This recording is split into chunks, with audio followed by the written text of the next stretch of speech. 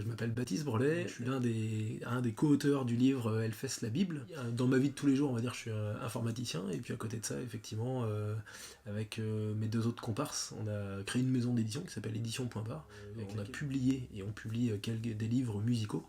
Et donc là, on s'est attaqué, il y a 4 ans de ça, sur le livre Hellfest la Bible. Donc ce livre, en fait, va nous raconter l'histoire du Hellfest, depuis le Furyfest, donc vraiment les prémices, et puis on va revenir sur chacune des éditions, sur l'organisation avant effectivement l'édition, ou ce qu'ils appellent eux l'exploitation.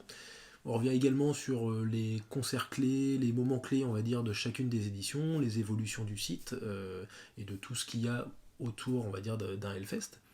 Et puis en parallèle, on a une deuxième lecture avec l'aventure humaine du Hellfest, c'est-à-dire ceux et celles qui font le Hellfest. Donc là, on a des portraits, une vingtaine de portraits. Ça va à la fois de ceux qui travaillent sur les scènes, qui mettent en place les scènes, mais c'est aussi ceux qui s'occupent par exemple des bénévoles, ça va être aussi les vignerons, ça va être ceux qui travaillent dans les bars sur le site, évidemment les sculpteurs, les graphistes qui travaillent autour du Hellfest, mais ça permet d'avoir une vue d'ensemble sur ce qu'est le Hellfest, à la fois l'aventure, et aussi la partie musicale, parce que c'était important pour nous de recentrer aussi sur cet aspect musique.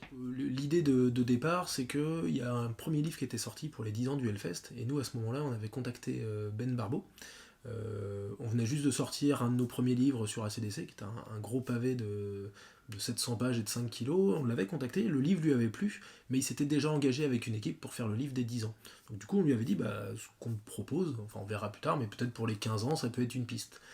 Et cette piste-là, on l'a réactivée en 2018, en disant voilà, on avait abordé le sujet avec toi, est-ce que tu es toujours d'accord? Il nous a donné carte blanche, on s'est mis d'accord sur les portraits dont je parlais précédemment, sur le listing des personnes, et puis on voulait que ce soit assez représentatif quand même de ce qui se passe au Hellfest. Et après, on a vraiment eu carte blanche, donc on s'est lancé corps et âme dans l'aventure pendant 4 ans. L'évolution, on va dire, de ce festival est assez incroyable, hein, puisque du coup, y étant allé, si on parle vraiment du Hellfest, en 2006, où il n'y avait que 2 scènes, et où dans l'absolu, on pouvait vraiment voir tous les concerts, puisque lorsqu'un concert se terminait, il y en avait un autre qui commençait à côté. Après, il y a eu le changement de site, il y a eu le nombre de scènes qui a évolué, donc c'est sûr que l'évolution est assez incroyable. Moi, je m'y retrouve toujours parce que effectivement, si les premières années, j'allais plutôt voir, on va dire les têtes d'affiche ou les gros groupes, maintenant, je profite surtout justement du Hellfest pour aller voir plein de petites choses que j'aurais pas forcément l'occasion de découvrir comme ça. Donc ça, moi, je vais pas mal Warzone, Valais, c'est les 2 scènes que je privilégie, mais après, justement, j'essaye aussi de sortir un peu de ma zone de confort et de découvrir d'autres styles, avec des concerts qui des fois me plaisent moins, mais ça me permet vraiment de changer. Donc là-dessus, effectivement, ça a bien changé, l'accueil est toujours de plus en plus incroyable, je trouve que c'est toujours aussi bon esprit. Alors bon, je sais pas si on peut catégoriser ça comme étant du métal, mais moi je suis un dingue d'ACDC, qui ne sont pas encore passés au Hellfest, je sais pas s'ils passeront un jour. Après, c'est vraiment générique, ça peut être des gros groupes comme Metallica ou Maiden, mais aussi des trucs plus, on va dire, moins connus, même si maintenant ils commencent à grandir, comme Hengsmanshare par exemple, ou des choses comme ça, quoi. L'année 2007 a été une année particulière, parce que là on se rappelle de la boue et de la gadoue pour ceux qui y étaient.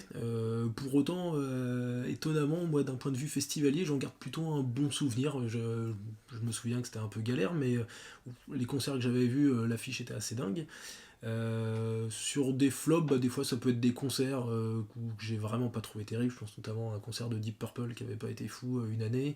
Et après, surtout, l'avantage c'est comme il y a toujours 3 scènes qui jouent en même temps. Quand il y a un concert qui me plaît moins, surtout je vais en profiter pour aller papillonner, voir d'autres choses, quoi. Donc globalement, j'ai pas de choses incroyables, si ce n'est qu'une année, j'ai fait chourer mon portable. Voilà. Dans les grands moments, moi, sur la Warzone, il y a plein de concerts qui m'ont plu. Les concerts de Suicidal Tendencies qui étaient incroyables. Je garde quand même un petit. Alors, c'était la première année, c'était Madball qui avait terminé sur la main stage 1. Et c'était vraiment le dimanche, en fin de journée, c'était vraiment le feu. Et un concert aussi d'Electric Wizard sous la vallée, le 3e jour du festival, tout le monde était rincé. Et puis du coup, ils ont réussi à créer une atmosphère, un truc où même avec la fatigue, tout le monde avait trouvé ça incroyable. Donc en fait, chacun, on va dire, va avoir ses points de vue, chacun a vécu des moments particuliers, et c'est aussi pour ça que du coup l'histoire du Hellfest était pour nous intéressante à raconter, quoi. Et surtout, en plus, c'est ça qui est important, c'est que c'est pas une histoire qui fait que monter, en fait. Il y a eu plein de rebondissements, il y a une vraie histoire, en fait. C'est pas aussi simple que des fois le sentiment qu'on peut avoir quand on voit l'énormité du festival, quoi.